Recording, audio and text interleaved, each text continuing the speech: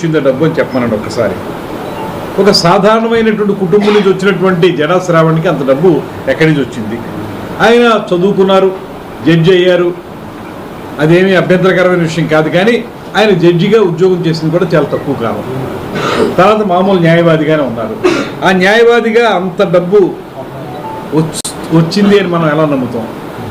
ఆయన నిజంగా చెప్పాల్సి వస్తే మాకు తెలిసిన సమాచారం మేరకు అవినీతి కేసుల్లో ఉండటం వల్లే ఆయన చివరికి ఆయన జడ్జి ఉద్యోగాన్ని కూడా రాజీనామా చేయాల్సి వచ్చిందనేటువంటి ఇన్ఫర్మేషన్ కూడా పూర్తి స్థాయిలో ఉంది.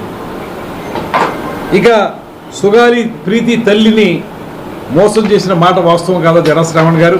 అది చెప్పండి. ఏమాత్రం సమాధానం ఇలాంటి వాటికి చెప్పలేటువంటి శ్రావణ్ గారు మాత్రం ఒకే ఒక కార్యక్రమాన్ని పెట్టుకున్నాడు. ఆయనకి రఘురామకృష్ణరాజు గారికి ఇద్దరికి మధ్య కొన్ని అభిప్రాయ భేదాలు ఉన్నాయి, లేకపోతే వివాదాలు ఉన్నాయి. దాంట్లో ఎప్పుడైనా సరే రఘురామకృష్ణరాజు గారి గురించి మాట్లాడడం మాత్రమే కాకుండా అందులోకి పవన్ కళ్యాణ్ గారిని లాగినటువంటి సందర్భం మీదే తప్పితే ఏనాడు మిమ్మల్ని పవన్ కళ్యాణ్ గారు ఒకరోజు కూడా మీ ప్రస్తావన తీసుకురాలేదు. జోసెఫ్ రావణ్, శ్రావణ్, ప్రకాష్ రాజుల మధ్య ఉన్న క్యాష్ బంధం ఏంటి?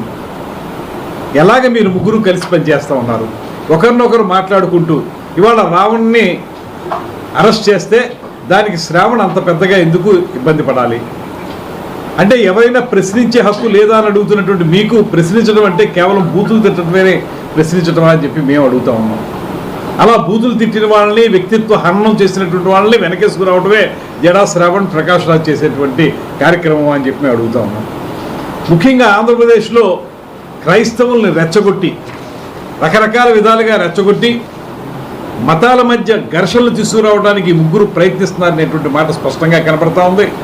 దానికి వెనకాలండి నడిపిస్తున్నటువంటిది వైఎస్ఆర్ కాంగ్రెస్ పార్టీ అనేటువంటిది కూడా స్పష్టంగా మనకు కనబడతా ఉంది. మీరు జరిగినటువంటి కార్యక్రమాల పరంపర ఒకసారి చూసుకున్నట్లయితే ఎక్కడైనా సరే వైఎస్ఆర్ కాంగ్రెస్ పార్టీ యొక్క ఎజెండాని ప్రజల ముందుకు తీసుకురావడానికి మేధావులు అనేటువంటి ముసుగు వేసుకుని వీరు చేస్తున్న ప్రయత్నం ప్రజలకి స్పష్టంగా కనబడింది.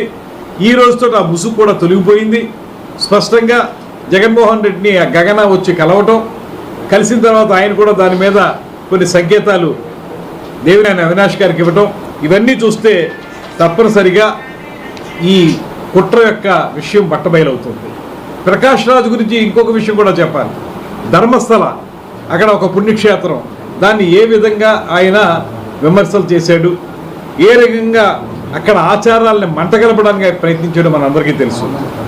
అలాంటి ఆ కుట్ర కేసులో ఉన్నట్టు అరెస్ట్ అయినటువంటి చెన్నై అనేటువంటి వ్యక్తి ప్రకాష్ రాజ్ చీకటి కోణాన్ని బయటపెట్టిన వాస్తవం కాదా?